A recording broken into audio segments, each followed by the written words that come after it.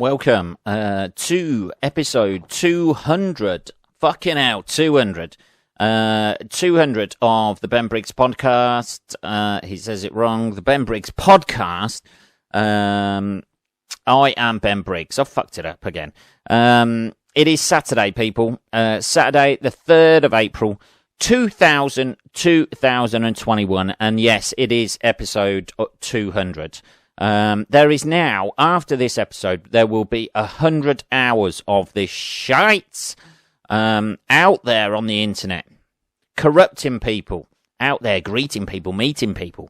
Fucking hell, man. We started this, when did we start this? A couple of years ago now, and we're still cracking on with it, episode 200. Anyway, let's not get too carried away. We don't all, when we hit 1,000, I think that's when there's 500 hours of just me chatting bullshit about random shit that's been going on. I think that's something to celebrate, and we might have a bit of cake with a tea that episode. Keep it underrated, like us British people do. Let's have a little bit of tea anyway. So anyway, personal news. On a personal news note, I have accepted an offer on the old Briggs Towers. So as of yesterday, it is officially, barring everything going through and everything sorted out, it is officially sold. I have. It took a week. That's not bad going, I don't think. I believed, in your heart of hearts, you believe all the bullshit that the estate, hey guy, I'm going to make you big time. This place is going to sell in no time.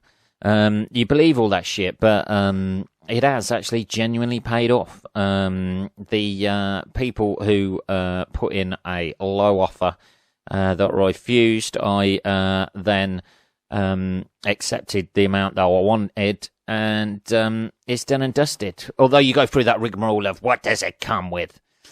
Comes with a gold-plated Rolls Royce if you fucking pay for it, sweethearts, as they say. So I've chucked in a few bits as well, basically because I can't be asked to take them down and I don't fucking need them. Curtains and blinds and shit like that. And yeah, that's it, done and dusted, barring being robbed by the solicitors, which will no doubt fucking take ages, and that's going to be hassle. It seems quite hassle-free at the minute. That's the thing, it's kind of lured me into a false sense of security. The place was on the market a week. I got an offer within the first couple of days, rejected that, took the second offer that they offered because that was a lot higher, and I got out of this place what I wanted, a little bit of profit, baby, and it seems to have gone a little bit too smoothly. There's a fucking nagging voice in the back of my head saying this is going to be a ball ache from here on in. But hopefully, because I'm not moving, I'm not buying another place, and the guy buying it is a first-time buyer, hopefully the chain is basically just me and him. It's when you get involved in a fucking massive chain of shit that it turns into a bit of a nightmare. But yeah, it is. Hopefully, fingers crossed, everything crossed. Hey, cross your fingers out there. Everything's going to be all right, and it'll go through smoothly. And then the next couple of months, I can restart a a new phase, in my life, and we'll be broadcasting from another Briggs Towers that will obviously require a different backdrop. Or I might keep the same thing. I might just say to him, hey, I need just one of those black curtains, if that's okay. Can I keep one of those? Because I need it for my fucking podcast, baby. Anyway, so that's what's been going on in my life this week. And the nice thing about it as well, I didn't have too many people trekking through.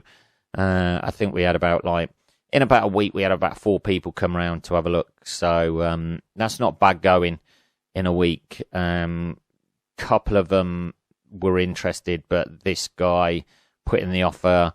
I rejected it, and then he put in another offer like the next day or something. They make you sweat, don't they? That's what they do. That's the whole thing about selling a house that I don't like. The fact that they try and make you sweat. There's a lot of fucking misdirection, and are they going to go for it? Are they not going to go for it? I just said, look, this is basically, they made me a stupid offer. I said, if you offer me this, it's yours. They offered me that. I gave it to them. Well, for that amount of money. I didn't want to fuck around, and I got what I wanted for it. So that's all that counts, baby, isn't it? It's a fucking seller's market at the minute, apparently, from the sounds of it. So I got a few little bits to do around here that I said I'd do. I said I'd like fill in the fucking holes around the walls where the pictures have been, and clean the carpets before I go. Not that they're particularly dirty, but I just threw that in as a little sweetener because I've got a carpet cleaner anyway. And I wanted to be honest, I've had this place like since it's been brand new. It was like sitting there for a year, 2008. I think I said this on the last podcast when it took a dip in 2008. Like it had been sitting in here, for about a year. Hadn't sold. I come to look at it in 2009. I think I'd already seen it in 2008, but like I think my credit rating was shit because I paid my credit card late a couple of times or something, so I had to build that up for 6 months. Came back to have a look at it 6 months later or whatever, and it was still for sale. And I made an offer on it and got it accepted. But I've had it since it was brand new, so I thought, it'd be nice to sort of like, just leave it in a nice state. It's fucking immaculate, to be fair. With all the decorating I've done, it looks fucking immaculate. It looks quite good, and nice and tidy. So some young lad who's buying it. I think his parents were saying he's autistic, and it's like it's gonna be his first place. He lives on his own, which is fucking ideal around here because it's nice and safe, nice and quiet. And you got loads of local stuff. Hey, why am I selling it to you for? This is a spiel I gave them. But yeah, they seem nice enough anyway. Let's just hope they don't fucking take the piss, son. Anyway, let's get on with this. Let's have a little bit more tea. What are we? 7 minutes in already? Fucking hell, man. Little bit of tea there. Anyway, from the one angsty thing to another, this fucking made me laugh today. Just the headline on the BBC News website from Australia, this was, geologist beaten up by angriest octopus on the beach. He got bitch slapped by an octopus. That's a hell of a fucking name for a set of memoirs for you. Bitch slapped by an octopus. A man has been whipped by what he described as the angriest octopus while swimming on holiday at a Western Australian beach. In a video that has gone viral, the octopus can be seen in shallow waters lashing out at a geologist, Lance Carlson. The creature came after him again later and stuck him on the arm before whipping his neck and up and back. Maybe the old octopus is into a bit of BDSM. I don't know, it's weird, isn't it? It's fucking weird when animals just go a bit weird with you. You know what I mean? They get a bit fighty. I remember years ago, I forget where it actually was. I think I was out on a date or something like that, and going around everybody wants to go round like a fucking farm or something like that, and this little goat thing was fucking annoying. I had to give it a whack in the end. That didn't go down well. Just a sly little bang, little sucker punch. Just wouldn't fucking leave you. Just kept fucking ramming into you and shit like that as you trying to walk around. I think it was a zoo or something like that. I don't know. I just remember this fucking very persistent goat and just giving it a whack on the snout. Have a bit of that, me old booty. I know this is your fucking domain. You're trying to make me look a cunt. But that's it. You know, when you're throwing down with a goat, the date's not gone that well. I'll tell you that. Fighting an octopus is a definite different beast, though, isn't it? You got a lot of it's going to be a lot of flailing, I think, from an octopus. You're going to get a lot of haymakers in there, and yeah, just coming over the top. You know, fainting with one arm, giving you an uppercut with the other, all that sort of shit. You're going to have to. You could probably get 2 of the legs in each fist. I think hold them 2 legs in each fist, and then you got 4 to deal with. Haven't you? Just fend them off with your knees, or just bring the 2 up like that, smack it. I think that's what you got to do with an octopus. Hold 2 of its arms in your right hand, 2 of its arms in your left hand, bring it out the water, headbutt, and then see what you got to deal with after that. Clear up the ink, I imagine. There's going to be ink in there. It's going to be fucking clarets, and there's going to be ink around. The former lifeguard told Australian News that his preferred treatment for sea animal stings is vinegar, but he did not have any on him at the time. Not many people go swimming with vinegar. Not unless they're looking for extremely fresh fish to eat for their supper. However, he said he knew anything acidic might help and decided to try using cola. And turns out it works. Mr. Carlson, oh yeah, the tentacles left stinging red welts on his skin. Jesus. Bastard. Sounds like a right fucking arsehole. He discovered it was an octopus only when he walked closer with his 2-year-old daughter and was filming a video of it when it suddenly struck in their direction. The octopus lashed out at us, which was a real shock. Hadn't it already done it? My goggles became fogged. The water was slowly murky, and I remember being shocked and confused. I was attacked by an octopus, Doctor. Jesus Christ. Just give it a fucking whack. Does nobody do that anymore? Is everybody like, oh man, it's an animal. We can't, if something's attacking you like that, it's got a bit of an attitude problem. That's the only way you rectify it, isn't it? You know, that's the only way you beat a bully is by giving them a smack in it and making them think twice about it, or paying somebody else to do it. You could have paid somebody else to fucking slap the octopus around. Just drag it out of the water. It's already stuck onto your neck. Just stand up and come out the water. It'd soon suddenly start gasping for air, wouldn't it? Octopuses, do they breathe water? Yeah. We're learning everything here. I mean, I'm not claiming to be David Attenborough or anything, but octopuses use gills. Yeah, if it's wrapped around your neck and wrapped around your arm, did you not just think of standing up? You know, maybe even make it more difficult. Put 2 fingers in its gills. Their gills also expel CO2. They cannot breathe air, but can, for short periods, survive out of the water by breathing from water stored in their mantle. There you go. Give it a squeeze. Get all the water out as it's wrapped round your neck, and just stand there. It's soon going to drop off, and then it's going to be out of breath when it hits the water. Get it out. Throw it in the air. Just keep doing that.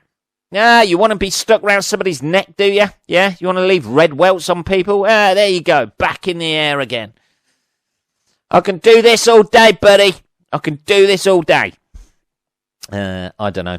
I don't know. He just seems like I got bullied by an octopus. He's probably having counselling now. Wakes up in the middle of the night, scared that his wife putting her arm round him is the octopus. It's back, baby. It's back in the bedroom.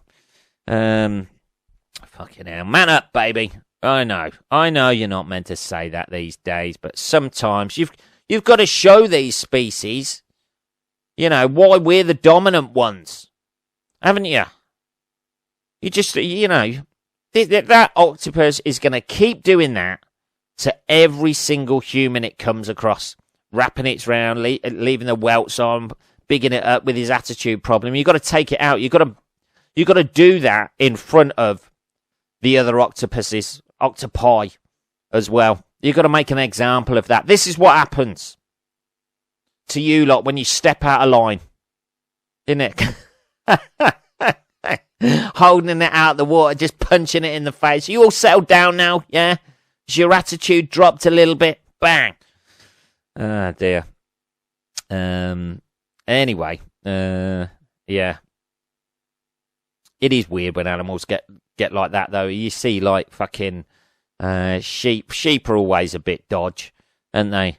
They always seem like, oh, you think, oh, there's a nice fluffy little sheep, and the next minute it's fucking trying to ram you, like with its fucking, you know, trying to headbutt your fucking kneecaps or something. Give you a dead leg with the top of its forehead. They're bastards. All fucking animals are bastards, aren't they? You know, they're all pretty brutal, aren't they? They all try and take the piss a little bit sometimes, don't they? Even dogs and that, don't they? But their thing is like, hey man, I'll be alright with you. Hey, how you doing? Hey. And get all fucking sexually weird with you and shit. Hey, give me a stroke. Now stroke my belly. Ah, there's my dick. Ah, I don't want to stroke your dick. Just stroke the dick. Yeah, they get a bit weird, don't they? Cats are just fucking vicious. And then even things like fucking gerbils and shit like that are mental.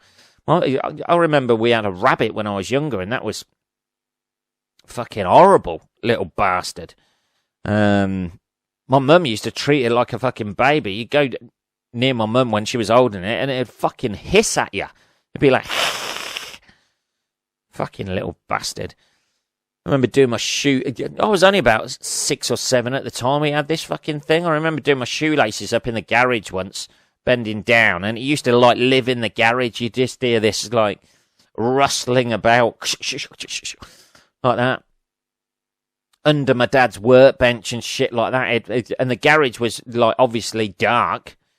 So you'd switch the light on, and the light was one of those shitty 80s garage lights that was, like, they're probably much the same as today, to be perfectly honest. Like, they're only half lit and gave some sort of scene out of some sort of horror film where there's loads of shadows everywhere. And you just see this shadow of this hopping thing going round, bending down to do my shoelaces up, and then the little bastard runs out at you and starts biting you, little fucker. That ended with one day when it fucking bit me. I remember, like, having a rather temperamental father when I was younger. Kind of pays off sometimes. I remember him just picking the rabbit up, throwing it in the hutch, and then it went to go for him, like, through the bars. My fucking dad punched the bars of the fucking rabbit hutch, the metal grill bit, and it had a fucking dent in it for the rest of the time we had the rabbit. My dad had the same philosophy. Yeah, you fucking little piss taker, I'll teach you. Jesus. Maybe the apple doesn't fall too far from the tree after all. Hey! Let's have a little bit of tea. Yeah, fucking hell, Jesus, man. He'll be had up for that these days. Bullying, rabbit bullying in court. Did you, Mr. Briggs, did you not punch the rabbit? It was through mesh. It was fine. I don't think it fucking died, and then we buried it in the garden. And then I remember my mum planting some flowers like a few years later, and then she dug a bit too deep and fucking dug up the fucking rabbit skull. I don't know if you've ever seen a rabbit skull, but it's fucking horrendous. Jesus, it looks like something that'd be around the chain of somebody who practices, the necklace of somebody who practices voodoo. It's fucking, they've got horrible fucking big teeth at the front. Anyway, here's, what are we on? 20 minutes already. What we are apparently it's all doom and gloom anyway. This is a story, a doom and gloom story. Melting ice sheets cause global sea levels to rise up by up to 18 meters, scientists say. This is it. We're all fucked, people. It's just as well as I'm moving out of here into higher ground, because I imagine Briggs Towers would be under the residence formerly known as Briggs Towers. Basically, now it is, isn't it? It all feels a bit sad. Researchers have discovered that melting ice sheets have already caused enormous sea level rises, pushing oceans around the world higher by up to 18 meters at the end of the last ice age. Well, that's something we don't have to really worry about, is it? The scientists at Durham University have established which ice sheet was responsible for the rapid rise, which took place at 10 times the current rate. 3.5 meters per century over 500 years. Jesus. Well, to be honest, not many of us, obviously, if 18 meters, it sounds worse than it is, doesn't it? It's one of these scary headlines about, I'm not saying global warming doesn't exist and isn't happening around us, but I imagine most of us born on this planet at the moment, everyone existing, ain't going to have to contend really with this. If it's 3.5 meters per century, they're going to be 3.5 meters. I'm going to be dead in 50 years? That'll make me 94. That's not a bad innings. I'll go for that. If only you could choose it like that. I don't mind dying about 90. That's fine. Until you get to 89, and then you're like, I fancy living a little bit longer. New analysis of geological records show that at the end of the last ice age, which was 14,500 years ago, meltwater from the former North American Eurasian ice sheets was actually driving the rise. Right, okay, so... Oh, shit. Oh, here, look, this is where it says who's going to change in sea level. Australia's gone. Where are we now? So 20,000s of years ago. Okay. Australia would go by the looks of it. It's places like, it's everywhere by the coast, basically. If you live in the centre of a landmass, you're going to be all right. I think that's basically the crux of that diagram.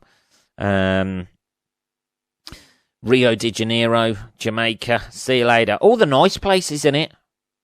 You know what I mean? All the hot places seem to be the ones that are first wiped out of everywhere, innit? Everywhere by the coast.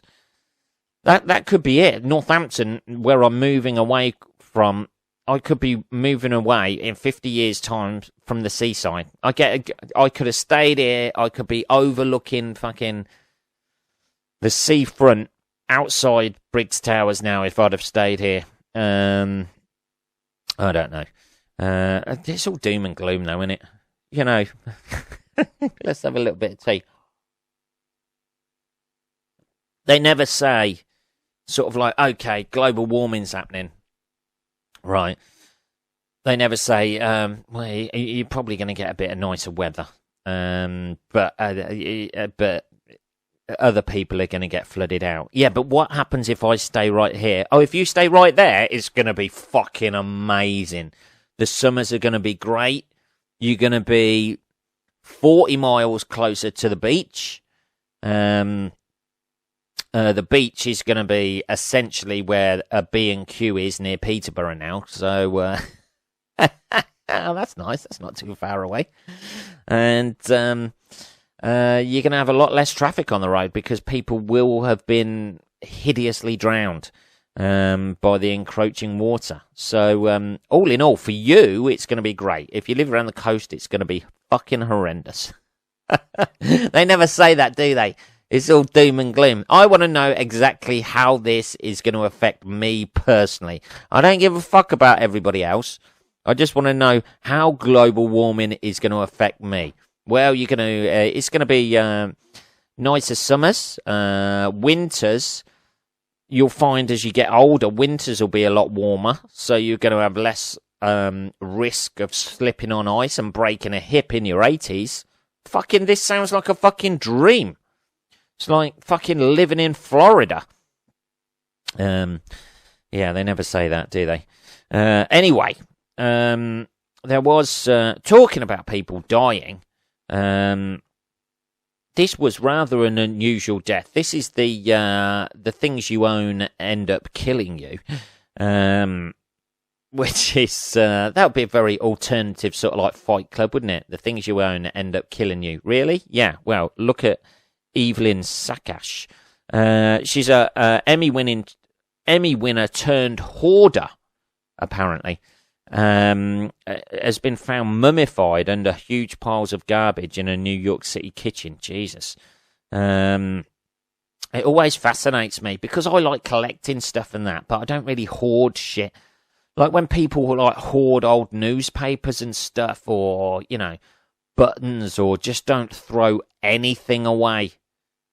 And then they just pack out their fucking house completely. It's got to be, you know, like, I know a lot of people say about mental health issues and things like that these days, but it's got to be, you know, it's got to be a mental health issue, hoarding, hasn't it? You know, if you're packing your residence that full of shit that when it falls over, you can't fucking move, and you eventually die, and your mummified remains are found later. You know, hey, you got a bit of a problem there. You got to let things go sometimes. So police went to Evelyn Sakash, his house on Tuesday after her sister called police and told them a cleaning crew found her remains. Sakash's sister, Ellen Brownie, was tipped off after not hearing from Sakash in a while, said the designer was a heavy hoarder and started hoarding in October 2020. That's not that long ago. So she's been basically hoarding for like 5 months. How much shit can you hoard in 5 months? I thought these... What? And then, like, she's just been... Jesus. Looking to reconnect with Sakash, Brown came to Queens and hired a cleaning crew to clear out the award winner's home. Yeah, of course she did. See if you can find some of them Emmys, sell them on eBay. See if she was inside. Her fears proved true when the cleaners found Sakash's mummified remains at around 4:15 p.m. on Tuesday under a massive pile of trash in the kitchen. She had a full life. And a full house by the sounds of it. She was so extraordinarily talented. She was a brilliant mind. She's only been hoarding for like... Oh, Jesus Christ. It don't look that bad. Unless she just timed it wrong. I'll start with the kitchen. I'll start stacking everything up in the kitchen. Just one more newspaper on top. Fuck. Jesus. The rest of the house is fucking immaculate. Jesus. Man... I don't know, she said. This was clearly in effect for a long time. She sometimes kept people at bay. The headline says Queen's Hoarder, but that is not who she is. She is now. If the headline says it, that's it, innit? If that's the way you die, that's how people remember you, isn't it? I mean, I've always said this. You can do fucking amazing shit in your life, you know. But, if you die with a pot of Marmite inside your rectum and you're found like that, you're going to be the Marmite guy. You could have done anything in your life. You could have won fucking Nobel Peace Prizes, fucking Oscars, fucking Midlands Comedy Awards, whatever high ranking achievements you attain.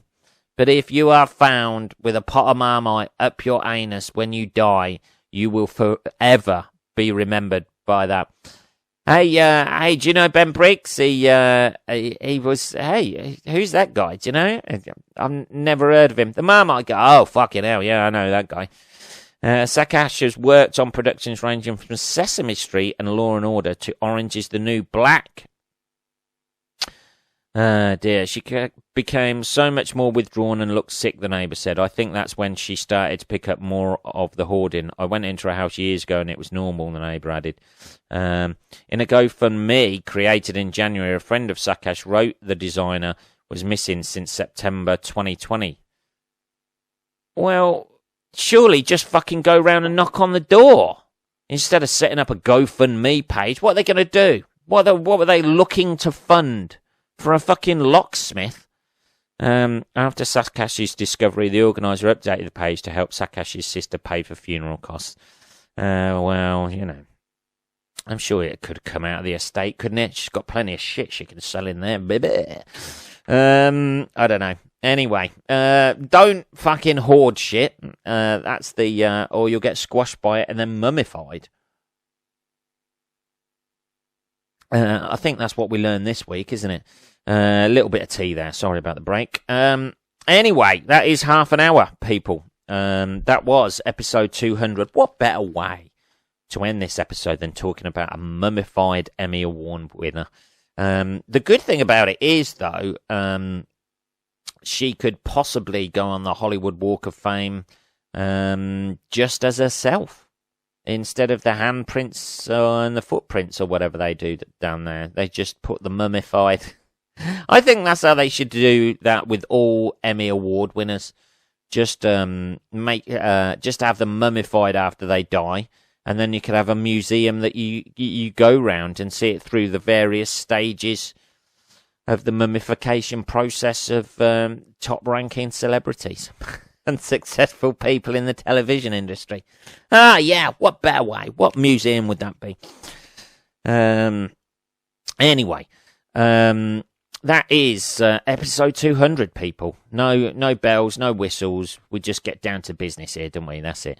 I will, if you want to message me at all, by the way, it is just podcast@benbriggs.co.uk. I will be back on Tuesday, motherfuckers. Enjoy the rest of your weekend. Try not to be crushed under the weight of your own possessions. And I'll speak to you on Tuesday. Take care.